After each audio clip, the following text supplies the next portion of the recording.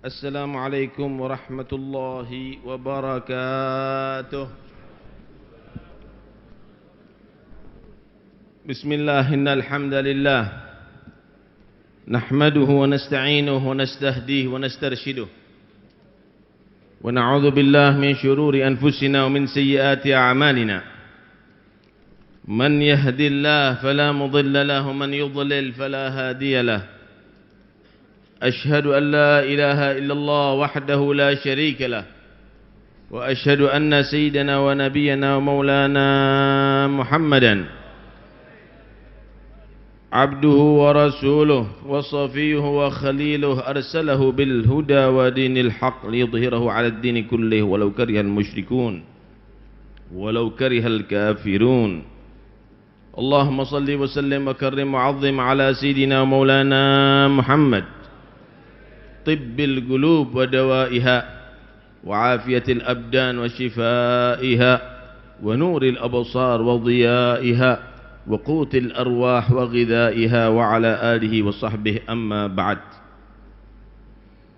Para habaib, para ulama yang saya hormati, yang saya cintai, yang saya taati, khususnya keluarga besar Al-Imamain Al-Karimain Khalifatai Aslafihim Al-Kiram Al-Habib Al-Imam Abdul Qadir bin Ahmad Bil-Faqih Wal-Habib Al-Imam Al-Muhaddid Abdullah bin Abdul Qadir bin Ahmad Bil-Faqih radhiyallahu anhuma wa nafa'ana bihima fid darain amin. Ikhwani al-a'izza Al-Habib Abdul Qadir wal-Habib Muhammad wal-Habib Abdul Rahman abna Al-Habib Abdullah Bil-Faqih dan seluruh keluarga Al-Habib Abdullah Bil-Faqih yang saya hormati pula, mantu-mantu beliau Al-Habib Saleh guru kami, Al-Habib Ahmad Al-Idrus yang kami hormati pula, hadirin dan hadirat yang dirahmati oleh Allah, tidak lupa pejabat pemerintah baik yang sipil, Polri atau TNI yang kami hormati. Satu riwayat hadis Rasulullah bersabda, hadis ini diriwayatkan oleh Ad-Dailami dari Abu Hurairah dan juga Ibnu Hajar meriwayatkan daripada Anas dan Abdullah bin Umar. Hadis ini disebutkan juga dalam kitab Ihya Ulumuddin. Rasulullah bersabda, "Sittatun yadkhuluna an-nar qabla al-hisab bisittah." Nasallallahu al-afiyah. Ada 6 golongan manusia masuk neraka sebelum dihisab karena sebab 6 perbuatan. Mudah-mudahan kita selamat semuanya. 6 golongan ini 6 komponen manusia, dan ini hendaklah dicermati benar-benar supaya selamat, dan itu adalah penyebab utama daripada 6 golongan ini masuk ke neraka Allah. Para sahabat bertanya, "Manhum ya Rasulullah?" Siapa mereka ya Rasul? Maka Nabi menjawab, al-umara'u bil jawri. Pertama yaitu pejabat karena sebab kezalimannya. Siapapun yang menjadi pejabat, hindari itu kezaliman. Karena sekalipun Anda menjadi orang yang mungkin terhormat di dunia ini, tetapi nanti Anda harus memasuki neraka Allah untuk disiksa oleh Allah. Dalam hadits qudsi Allah berfirman, "Ana adh-dhalim in lam antaqim 'ala adh-dhalim." Aku bisa menjadi aku menjadi Tuhan yang zalim dong, kalau memang tidak menyiksa orang yang menzalimi hambaku. Allah Maha Adil, saudara. Kalau orang yang zalim, yang menganiaya, yang menekan, yang menyakiti hamba-hamba Allah di atas bumi ini dibiarkan di akhirat dalam keadaan senang, maka itu adalah tidaklah bentuk satu keadilan, saudara. Allah akan membuktikan siapapun yang zalim di atas bumi ini akan merasakan azab neraka Allah nantinya.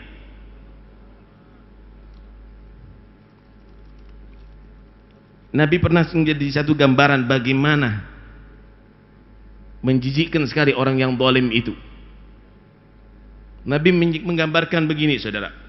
Lau kana dzulmu hajaran mulgan fil jannah la kharabatil jannah bisababi. Kalau seandainya kezaliman itu adalah batu dimasukkan ke surga sekalipun, hancur itu surga semuanya karena sebab dia. Karena itu hindarilah Anda diberi jabatan adalah bukan untuk bersikap zalim. Kalaupun Anda belum disiksa oleh Allah di dunia, maka siksa Allah di akhirat akan menanti Anda. Wa mallahu bighafilin amma ya'malud zalimun. Tidaklah Allah melupakan perbuatan orang-orang yang zalim. Yang kedua, wal Arab bil asabiyah. Kaum Arab karena sebab kefanatikan golongannya. Orang Arab nih paling fanatik. Orang Arab nih paling fanatik, saudara. Karena itu terjadinya banyak peperangan di Timur Tengah. Gampang disulut untuk perang.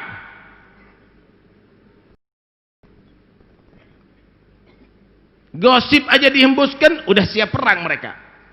Dahulu, sebelum datang Nabi Muhammad, mereka tadi itu adalah yang terhormat, adalah yang paling banyak membunuh. Mereka saling membunuh, mereka saling bermusuhan. Wadhkuru ni'matallahi 'alaikum in kuntum a'daan fa'allafa baina qulubikum fa asbahtum bi ni'matihi ikhwana. Allah mengingatkan, coba ingat bagaimana Allah memberikan nikmat kepada kamu dahulu. Kamu menjadi orang saling bermusuhan, saling membunuh, saling berperang. Datang Nabi Muhammad jadikan saudara, satu saudara. Itu kenikmatan, saudara. Hidup damai itu kenikmatan yang membuat manusia saling jahat dan saling membunuh adalah karena fanatik golongan. Karena itu kebanyakan kelompok manusia tadi itu masuk neraka karena kefanatikan golongan. Jangan ada karena kearab-arapan atau karena kejawa-jawaan atau kemadura-maduraan atau kecina-cinaan. Yang penting Anda orang Islam adalah Anda bersaudara. Innamal mu'minuna ikhwah. Karena itu nggak ada Islam Nusantara, jangan dong. Islam itu bukan Nusantara, internasional. Kita disatukan karena iman, karena Islam, bukan karena golongan. Di Arab bukan agamanya orang Arab tuh Islam. Di Indonesia bukan agamanya orang Indonesia, tapi agama Allah. Kita disatukan karena Islam kita dan iman kita oleh Allah Subhanahu wa ta'ala. Bukan karena negeri kita, bukan karena kaum kita, kesukuan kita, tapi karena iman kita dan karena Islam kita. Alhamdulillah.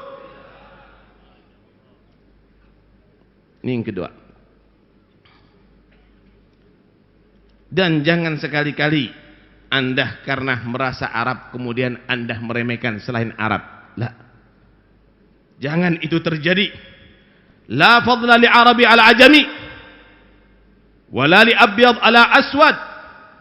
Enggak ada keunggulan karena kearapan kamu berarti lebih utama daripada yang bukan Arab.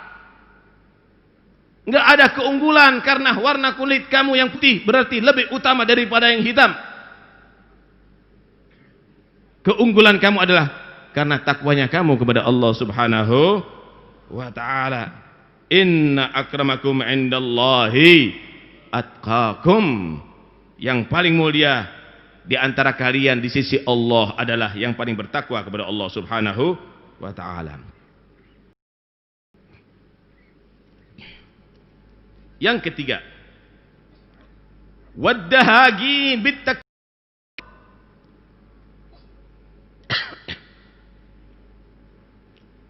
tokoh al-gawi ala tasarruf, tokoh masyarakat, baik misal ketua DPR atau DPR, atau kepala suku, atau panglima, atau komandan. Kelompok ini yang banyak masuk neraka karena sebab kesombongannya, keangkuhannya. Jangan sampai menjadi Anda tokoh yang angkuh, tokoh yang sombong, tawaduklah, maka Anda diangkat derajatnya oleh Allah Subhanahu wa taala. Da'il kibra, innal kibra lillahi wahdah, wa qad lu'ina asyaitanu lamma takabbara. Tinggalkan itu sifat sombong. Sombong itu hanya milik Allah semata. Setan tuh yang ahli ibadah, yang dulu tinggal di langit, yang dulu kumpulannya para malaikat, menjadi makhluk yang paling hina, menjadi makhluk yang dilaknat oleh Allah ketika dia mempunyai sifat sombong. Jangan, saudara.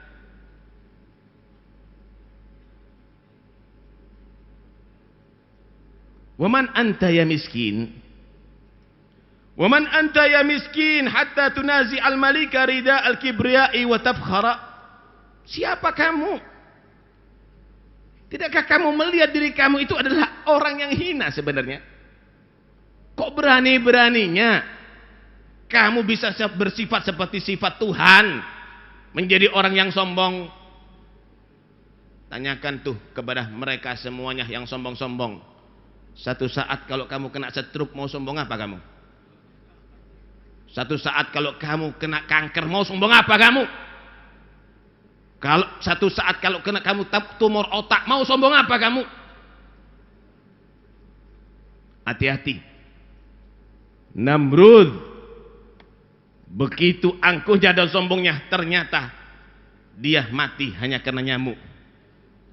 Kita pun bisa, saudara, kena demam berdarah mati juga bisa. Jangan sok hebat, bertawaduklah kepada Allah, maka kamu akan diangkat derajatnya oleh Allah Subhanahu wa ta'ala. Masya Allah.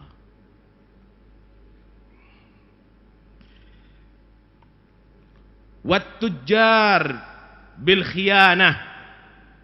Golongan berikutnya itu pedagang, pembisnis. Kelompok ini yang banyak sebab masuk nerakanya karena pengkhianatan, tidak jujur, berkhianat, hukum dibolak-balik. Gimana caranya riba halal, pakai gol itu gol ini, kalau perlu gol yang paling mojok, saudara. Kenapa? Karena untuk supaya hawa nafsunya terpenuhi. Tidak boleh berfatwa kecuali dengan yang mu'tamad. Jangan mengajari manusia untuk tahawun fid din, tapi ajari manusia untuk tawarru' fid din. Harus berhati-hati dalam urusan agama nih. Risikonya keliru, masuk neraka.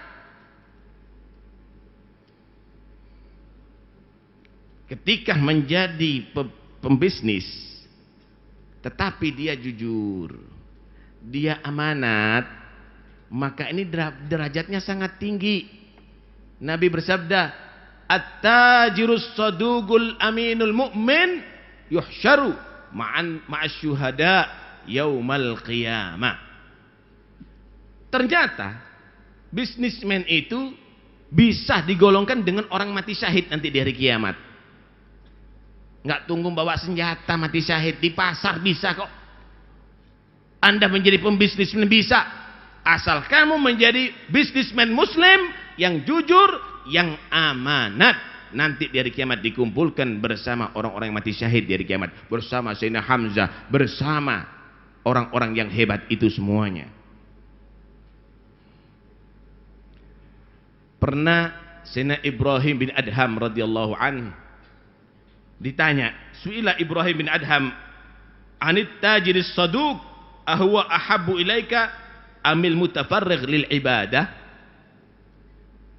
Ibrahim bin Adham pernah ditanya, mana yang lebih engkau senangi, mana yang lebih engkau unggulkan, pedagang yang jujur, yang buka toko, yang ada urusan tapi jujur, atau orang yang wirid aja nggak dagang, apalagi ngandalkan amplop?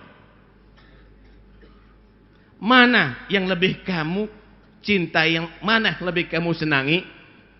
Maka beliau bersabda, at-tajirus saduq ahab ilayya. Orang yang jujur, pedagang yang jujur lebih aku senangi. Kenapa? Li'annahu fi jihad. Karena orang yang berdagang jujur itu selalu berjihad. Melawan siapa? Ya'tihi syaitan min tariqil mikyal wal mizan wa min gibalil akhdi wal ata fayujahidu. Dia selalu berjihad. Kenapa? Setan selalu menggoda dia. Kurangi timbangannya, kurangi takarannya. Ini caranya begini transaksi supaya bisa menipu, caranya begini untuk supaya bisa mengambil. Setan selalu mengajari itu. Tapi dia tolak, dia perangi itu semuanya. Nih, mujahid beneran nih. Ini orang yang berjihad. Ini orang yang hebat, saudara. Yang berikutnya yaitu golongan ahlur rustaq bil jahalah. Orang-orang awam karena kebodohannya. Orang-orang awam karena ketidakmengertiannya, nggak mau belajar, ikut-ikutan. Ini banyak yang masuk neraka karena itu, saudara. Hebat kalau pakai anting-anting. Hebat kalau bertato.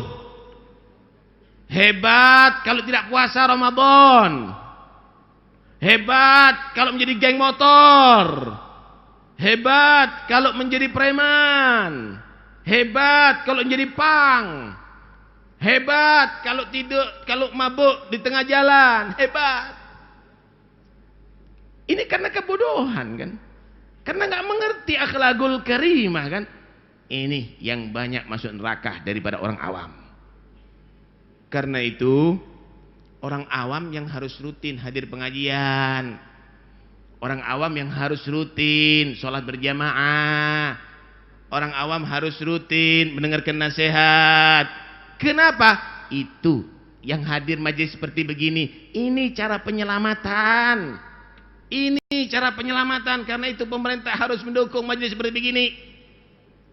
Harus didukung. Jangan nanti yang didukung hanya sepak bola.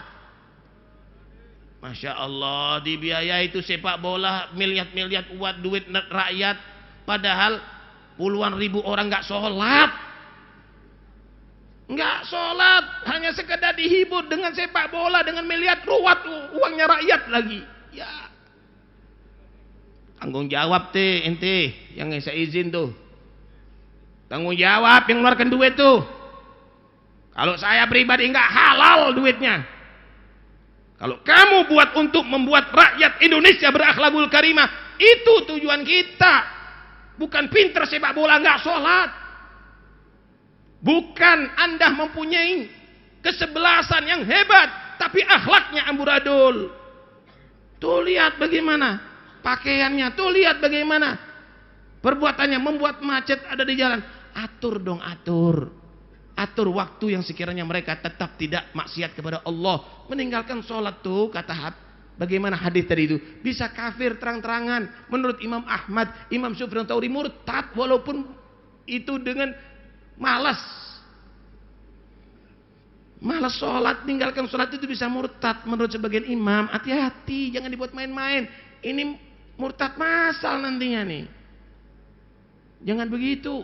Buat acara yang bagus. Waktunya kapan? Buat habis sholat isya. Nggak apa-apa. Lalu terus gimana malam hari? Nggak apa-apa, daripada sore nggak sholat asar, nggak sholat maghrib, nggak sholat isya. Ini usulan aja. Kalau nggak mau ya tanggung jawab nanti dari kiamat. Yang terakhir, kelompok masyarakat yang banyak masuk neraka yaitu ulama bil hasad. Para ulama karena sifat hasudnya, ulama saling menyerang di atas mimbar. Ulama saling mencaci di atas mimbar. Memukul sana, memukul sini, sindir sana, sindir sini. Jangan demikian. Walaupun Anda ulama bisa masuk neraka kalau punya penyakit hasud. Al-hasud la yasud, nggak mungkin sukses tuh orang yang hasud. Orang yang hasud akan jatuh. Jadilah ulama tadi itu penyujuk umat. Jadilah ulama tadi itu yang bisa menyatukan umat, bukan buat fitnah sana, buat fitnah sini. Umara, kalau Anda menggandeng ulama, jadikanlah ulama penasehat Anda. Yang jika Anda melakukan kesalahan diingatkan, Pak, jangan nih zalim, nanti masuk neraka. Jangan Anda menggandeng ulama yang hanya untuk supaya Anda terpilih. Hanya sekedar untuk Anda tadi itu membuat tandingan ulama. Jangan dipecah nih ulama. Karena kekuatan umat nih di ulama. Maaf, sebelum ada Polri dan TNI, ulama yang ada di Indonesia nih, yang memperjuangkan negara kita ini. Karena itu gandeng mereka. Mereka adalah pemimpin umat nih di negeri ini. Kita sedih. Kenapa harus demikian ulama? Dan kenapa Anda begini? Kenapa enggak Anda bersatu, saling menghormati? Saya ingin membawakan satu kalam daripada Ka'ab. Disebutkan dalam kitab Ihya Ulumuddin sebagai penutup daripada ceramah ini. Ka'ab berkata begini, saudara. Yakunu fi akhir zaman ulama, akan terjadi nanti di akhir zaman orang yang disebut ulama, sifatnya bagaimana? Yuzahidunan nasa fid dunya wala yazhadun. Ajarannya nyuruh orang zuhud di dunia, tapi dirinya enggak zuhud. Justru dirinya tadi itu adalah programnya duniawi. Ulama dulu itu, Masya Allah. Tuh lihat Al-Habib Abdul Qadir Bilfaqih. Seada-adanya dalam dakwahnya tapi sukses, saudara. Sekarang Masya Allah yang dipikir proposal. Ngajarnya enggak.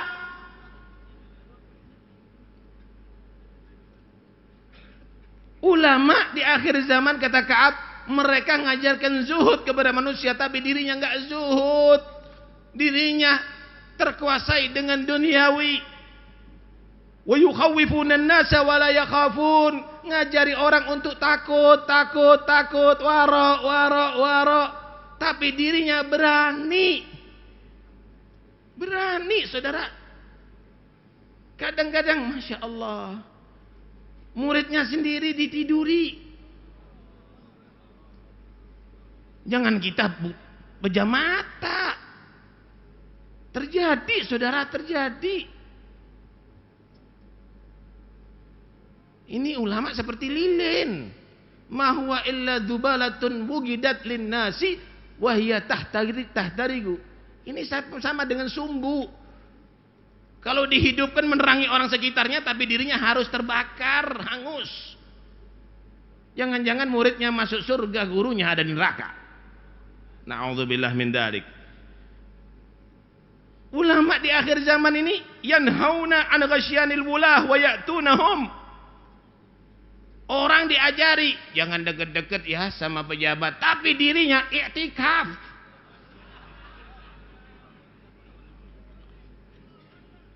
Hati-hati. Para pejabat, ada dua hal yang harus Anda ketahui. Kalau ada ulama yang dekat dengan Anda bukan untuk membimbing Anda, itu adalah maling. Idza ra'aita 'aliman yataghashsha al-umara fahuwa lis. Kalau kamu melihat ada orang alim yang dia tadi itu dekat dengan umara bukan untuk membimbing, itu adalah jangan-jangan bandit. Para ulama, kalau ada umara dekat dengan Anda bukan untuk tanya hukum, bukan untuk dibimbing, ketahuilah dia mau menipu kamu, mau memperalat kamu. Hati-hati. Artinya bagaimana? Jadilah umara yang soleh dan ulama yang soleh. Ketika bergabung, maka rakyat pasti akan senang, pasti akan bahagia. Benar? Itu yang kita harapkan. Ayolah jadi ulama yang solehin, antum jadi umara yang solehin, bergabung. Inilah solahul nas bi solahi umaraihim wa ulamaihim. Baiknya, makmurnya rakyat nih karena kemakmuran, karena kebaikan ulamanya dan umaranya. Kebaikannya bukan karena runtang-runtungnya.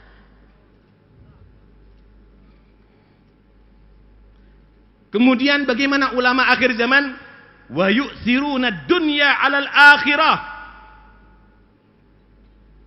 Ulama akhir zaman nih lebih mementingkan urusan dunia daripada urusan akhirat.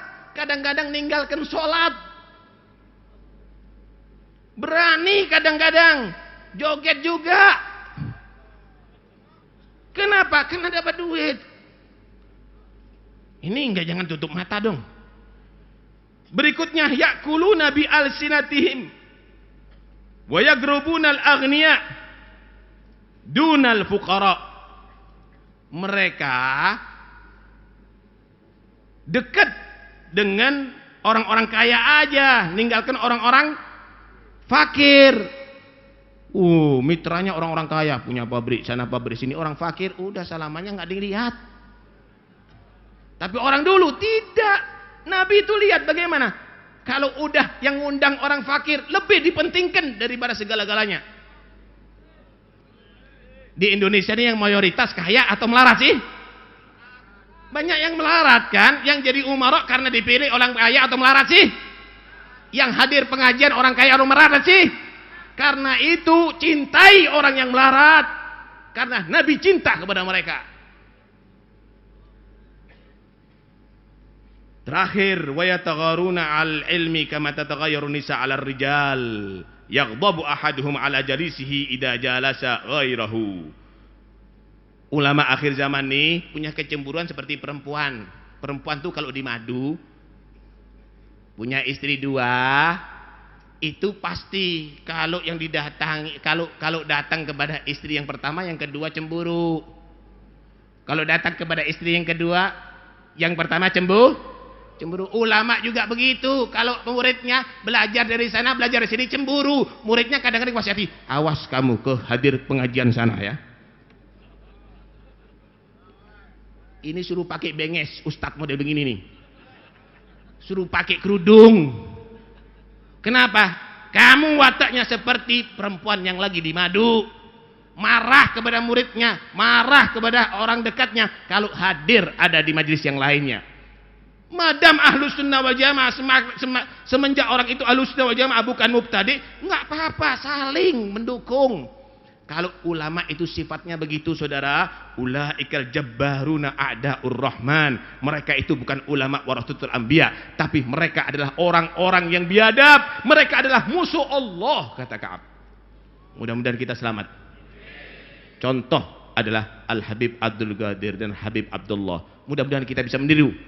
Dan mudah-mudahan insya Allah tidak termasuk golongan yang masuk ke neraka sebelum dihisab. Mudah-mudahan jadi orang yang bahagia dunia sampai akhirat. Mohon maaf jika terlalu lama. Wassalamualaikum warahmatullahi wabarakatuh.